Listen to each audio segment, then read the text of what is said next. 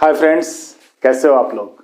बहुत ही demanding video estimating and costing, इसके बारे में इस वीडियो में बात करेंगे। और मैं आपको एक सच्चाई बताता हूँ, बहुत सारे सेवरल इंटरव्यूज़ लेने के बाद, उसमें छोटे छोटे क्वेश्चंस पूछने के बाद मुझे ये पता चल गया कि बहुत सारे लोगों के अंदर बहुत सारे प्रॉब्लम्स हैं एस्टिमेटिंग एंड कॉस्टिंग को लेके। तो इस वीडियो में मैं थोड़ा सा लोअर लेवल से लेके हायर लेवल तक जाएंगे। तो मेरी आपसे गुजारिश है कि इस वीडियो को ध्यान से और पूरा देखिएगा, स्किप नहीं कीजिएगा, क्योंकि कई चीज़ें होंगी जो आपको आती होंगी, लेकिन कई चीज़ें उसी में ऐसी होंगी जो आप शायद उसको जोड़ के या कंप्लीट रूप में नहीं जानते होंगे। इसलिए इस वीडियो को पूरा देखना बेहद ही आवश्यक है। तो देखिए, सबसे पहले जो हम लोग बेसिकली जब एस्टिमेटिंग एंड कॉस्टिंग की बात करते हैं तो इसमें कुछ कुछ मोटे मोटे जो चीज़ आते हैं हमारे पास। जैसे अगर मान लीजिए कि कोई बिल्डिंग कंस्ट्रक्शन है,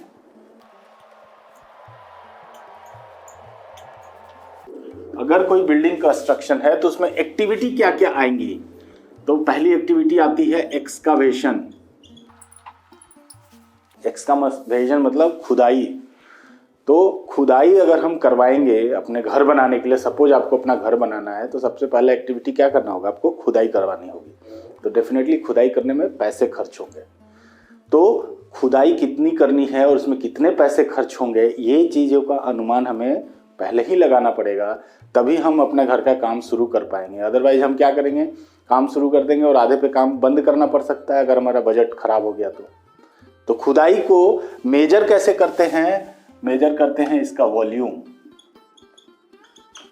डिटेल में सब बताऊंगा, अभी याद रखिए कि एक्सकवेशन मेजर करते हैं वॉल्यूम में, और इसका स्टैंडर्ड यूनिट है मीटर क्यूब।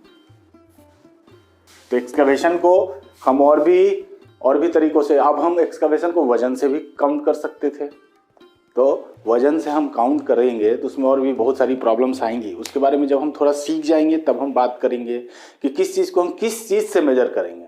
हम मिट्टी काट के उसको तौल भी सकते हैं और उस हिसाब से रेट कैलकुलेट कर सकते हैं, लेकिन उसमें क्या क्या कॉम्प्लिकेशंस आएंगे। इसलिए हम जो यूनिट ऑफ मेजरमेंट रखते हैं वो कुछ इस हिसाब से रखते हैं ताकि वो साइड पे इजीली मेजर किया जा सके और उसमें वेरिएशन ना हो। मतलब अगर किसी चीज़ को राम ने मेजर किया तो एक्स आया और श्याम ने मेजर किया तो वाई आया, देन हम लोग ऐसा यूनिट ऑफ मेजरमेंट नहीं रखेंगे। हम ऐसा यूनिट ऑफ मेजरमेंट रखेंगे कि राम नापे या श्याम नापे या गणेश नापे, सेम रहे। तो जो एक्सकवेशन होता है वो हम मीटर क्यूब में मेजर करते हैं या उसका वॉल्यूम निकालते हैं। उसी तरह पीसीसी मतलब प्लेन सीमेंट कंक्रीट भी हम वॉल्यूम में ही कैलकुलेट करते हैं, और इसका भी यूनिट ऑब्वियसली वॉल्यूम है तो मीटर क्यूब में करते हैं। उसी तरह तीसरा है आरसीसी, रेनफोर्स सीमेंट कंक्रीट, इसको भी हम लोग वॉल्यूम में ही मेजर करेंगे और इसका भी यूनिट होगा मीटर क्यूब। उसके बाद आता है चौथा, आता है ब्रिक वर्क। ब्रिक वर्क को भी मेजर करते हैं, वॉल्यूम यूनिट होता है मीटर क्यूब। तो आपको समझ में आ गया होगा कि अब हमें वॉल्यूम निकालने में एक्सपर्ट होना पड़ेगा। अगर हम एस्टिमेटिंग एंड कॉस्टिंग के एक्सपर्ट बनना चाहते हैं तो हमें वॉल्यूम निकालने में एक्सपर्ट होना पड़ेगा। उसके बाद पांचवा आता है प्लास्टरिंग। अब प्लास्टरिंग का हम लोग एरिया कैलकुलेट करते हैं। इसमें वॉल्यूम नहीं निकालते हैं, एरिया कैलकुलेट करते हैं, और ये जो एरिया होता है उसका यूनिट होता है मीटर स्क्वायर। जैसे वॉल्स के ऊपर आपको प्लास्टर करना है तो आपको क्या करना पड़ेगा, पहले तो डिसाइड करना पड़ेगा कितने थिकनेस का प्लास्टर है और कितने एरिया में करना है। यानी वॉल का एरिया निकाल के हम कैलकुलेट कर सकते हैं कि हमें कितना प्लास्टर करना होगा, कितने एरिया में, तो ये कितना मीटर स्क्वायर। तो इसका जो रेट निकालते हैं, ये जो रेट जो DSR में दिया हुआ है, DSR क्या है, दिल्ली शेड्यूल ऑफ रेट्स। आपको तो हर चीज़ का रेट पता नहीं होगा, तो एक स्टैंडर्ड बेसिक रेट्स जो है, एक गवर्नमेंट ने CPW डिपार्टमेंट ऑफ इंडिया ने एक किताब निकाला है, किताब छापा, जिसको हम लोग कहते हैं DSR। और DSR है full form Delhi schedules of rates. उसमें इन सब छोटे छोटे एक्टिविटीज़ का और छोटे छोटे जो कंपोनेंट है उसका रेट, बेसिक रेट्स दिया हुआ है। तो आप वहाँ से बेसिक रेट से एक अनुमान लगा सकते हैं।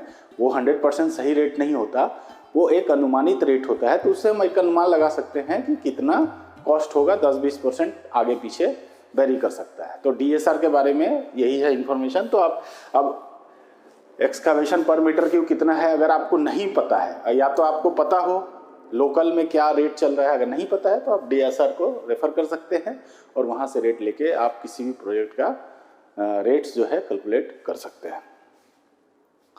तो ये था हमारे पास 5 बेसिक जो मेजर एक्टिविटीज़ होती हैं, आप इनको देख लीजिए ध्यान से। और मैंने एरिया बताया। चलिए एक और बताता हूँ, जो बिल्डिंग्स में लगते हैं रेन वाटर डाउन कमर्स। ये क्या होता है, सपोज करिए कि ये मेरा एक बिल्डिंग है, इस पर क्या होगा, बारिश का पानी अगर गिरेगा तो इस बारिश को पानी को यहाँ पे ऐसे गटर लगा के और इसमें से पाइप लगा देते हैं ऐसे, और ये पाइप से यहाँ पानी इसमें आता है, इसमें कलेक्ट होकर ऐसे आके, और यहाँ ये जो पाइप है इधर ड्रेन होता है, तो ड्रेन में चल के नीचे एक्सपोज हो जाता है। तो इसको कहते हैं रेन वाटर डाउन कमर। तो रेन वाटर डाउन कमर को हम लोग लेंथ में मेजर करते हैं और इसका यूनिट ऑब्वियसली मीटर होगा।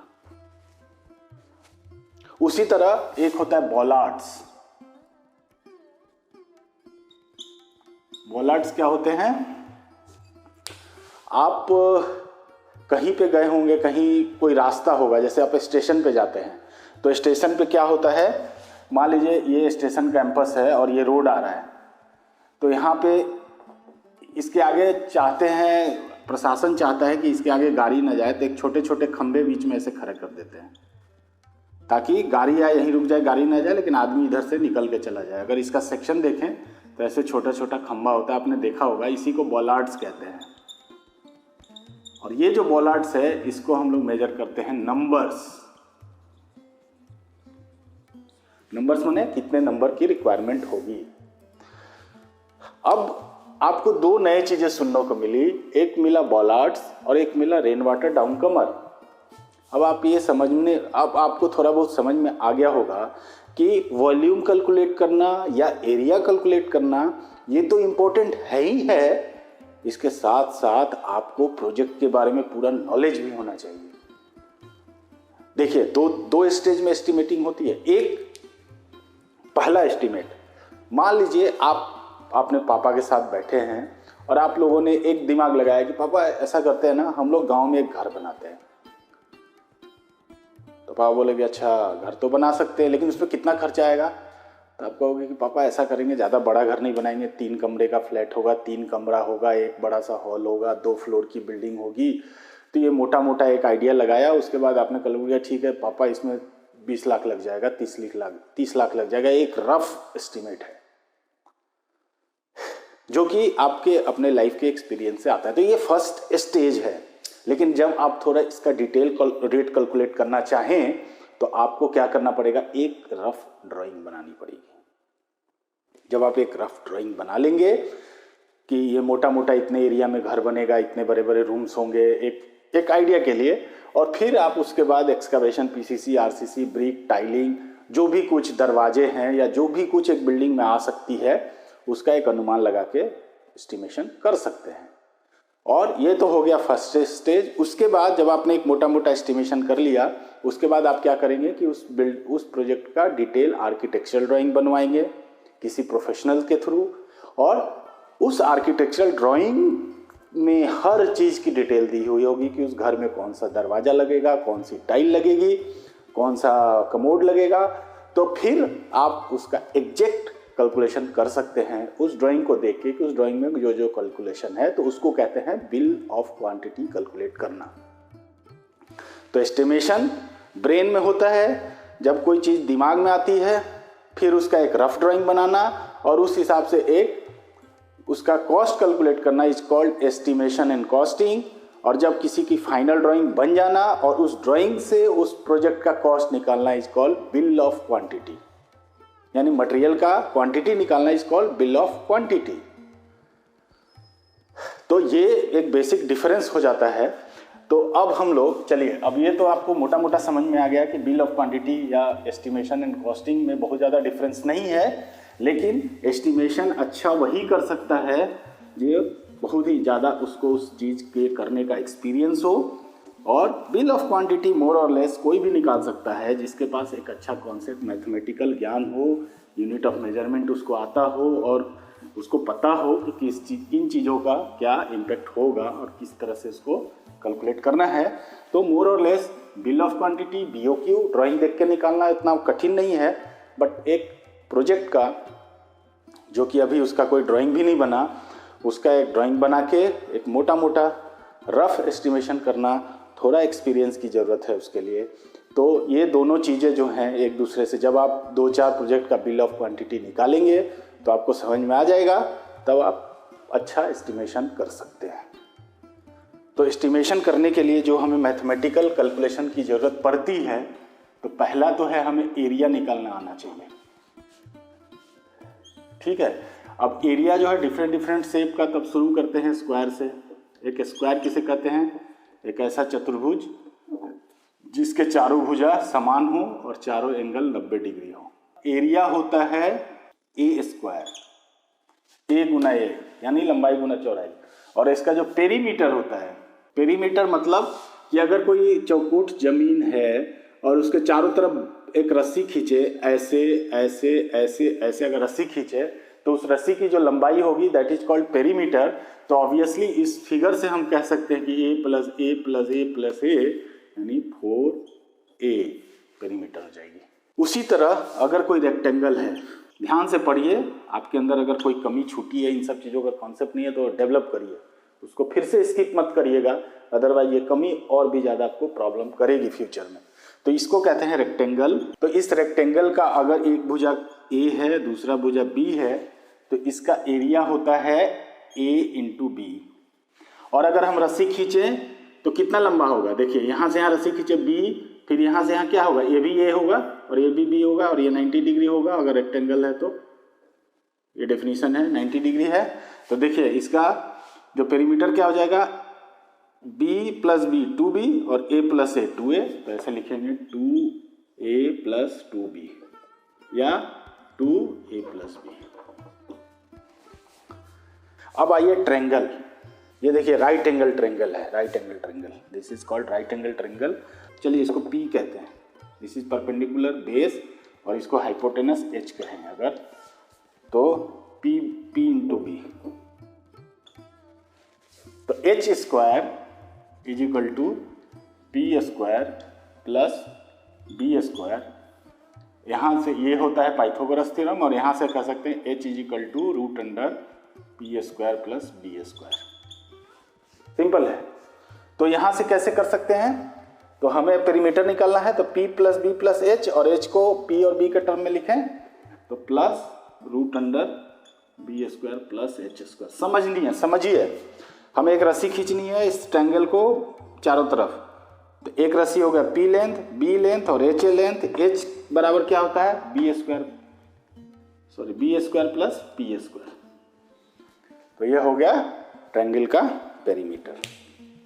चलिए, लेकिन आपके लाइफ में ऐसा नहीं है कि इतना आसान सा राइट एंगल ट्रायंगल आ जाएगा। आपके लाइफ में जब आप कैलकुलेट करेंगे तो इतना आसान ट्रायंगल तो आएगा नहीं, मुश्किल ट्रायंगल आएगा। मुश्किल ट्रायंगल, कोई भी एक ट्रायंगल ऐसा अजीब सा ट्रायंगल आ गया।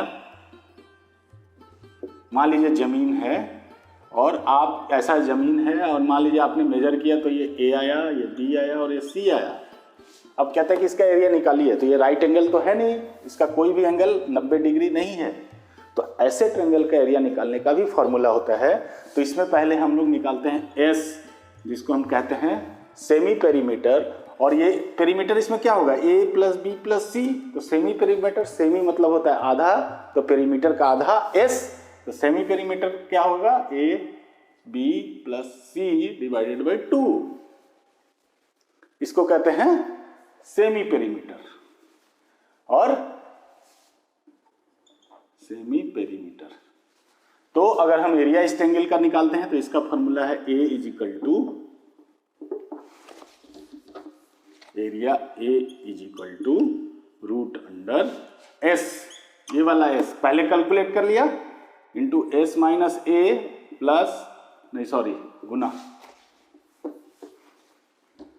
S minus A S minus B into S minus सी,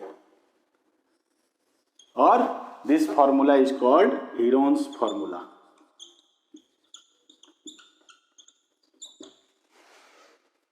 ये मैंने how to calculate land area एक वीडियो है, ऊपर में कार्ड आ रहा है, इस पर क्लिक करके जा सकते हैं वहाँ, उसमें इस फॉर्मूले को बहुत अच्छी तरह समझाया है। तो इसमें अगर आपको और ज़्यादा समझना है तो उस वीडियो पे जाके समझ सकते हैं इस फॉर्मूले के बारे में। तो एक ट्रायंगल का एरिया हम लोग दो तरह के, एक तो अगर राइट एंगल है तो ये फॉर्मूला लगा के निकाल लेंगे, और अगर एक कोई भी ट्रायंगल है जिसके साइड्स के लेंथ हमें पता है तो हमें इस तरह से एरिया निकालेंगे। पहले पेरीमीटर ए प्लस बी प्लस सी, फिर सेमी पेरीमीटर डिवाइड बाई 2, और एस जो है जिसको सेमी पेरीमीटर कहते हैं, उसके बाद हम उसका इस्तेमाल करके S into S minus A into S minus B into S minus C का इस्तेमाल करके हम लोग एक सेमी पेरीमीटर का एरिया निकाल सकते हैं। तो एक ट्रायंगल का एरिया हम आसानी से निकाल सकते हैं। अब अगला जो शेप आता है, जो कि सब आपने बचपन में पढ़ा है, आपको भूल गए हैं तो इसको रिकैप कर लीजिए, बहुत आसान है, और इसके दो हैं। जब अब देखिए, अब मान लीजिए कि अब शेप जो आ गया वो सर्कुलर है, एक सर्कल है।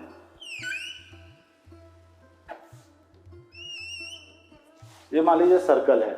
अब सर्कल के मान लीजिए सेंटर है, और ये सेंटर से एज का जो डिस्टेंस है उसको कहते हैं आर, और एक एज से दूसरे एज और सेंटर से होते हुए जो लाइन जाती है उसके लेंथ को कहते हैं हम लोग व्यास या डायमीटर डी।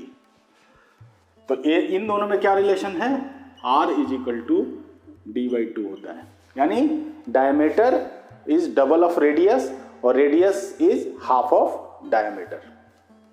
तो इनके बीच में ये रिलेशन होता है।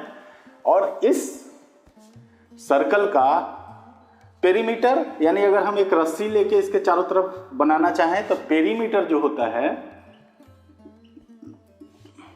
Perimeter is equal to 2 pi r, या इसको थोड़ा सा सजाएं, पाई ब्रैकेट में 2r। और 2r क्या होगा, इस फॉर्मूला से, ऊपर वाला फॉर्मूला को देखिए, इस फॉर्मूला से 2r बराबर d, यानी 2r की जगह d लिख सकते हैं, तो पाई d। तो पेरीमीटर जो है या तो 2 पाई r होगा या फिर पाई d होगा, दोनों में से। अगर डायमीटर पता है तो पाई d का इस्तेमाल करेंगे, अगर रेडियस पता है तो 2 पाई r का इस्तेमाल करेंगे। तो ये हो गया पेरीमीटर। और फिर एरिया होता है इसका पाई r स्क्वायर, या r की जगह हम लोग रख दें अगर d बाई 4 तो होता है पाई d स्क्वायर बाई 4। कंफ्यूज नहीं होने का, मैंने ये भी देखा है कि लोग पेरीमीटर, रेडियस और डायमीटर में कंफ्यूज होते हैं, उसमें कंफ्यूज होने की कोई ज़रूरत नहीं है। तो यहाँ पे हमें इसका एरिया हम आसानी से सिलेंडर का निकाल सकते हैं। उसके बाद जो अगला शेप है वो है ट्रापोजॉइड।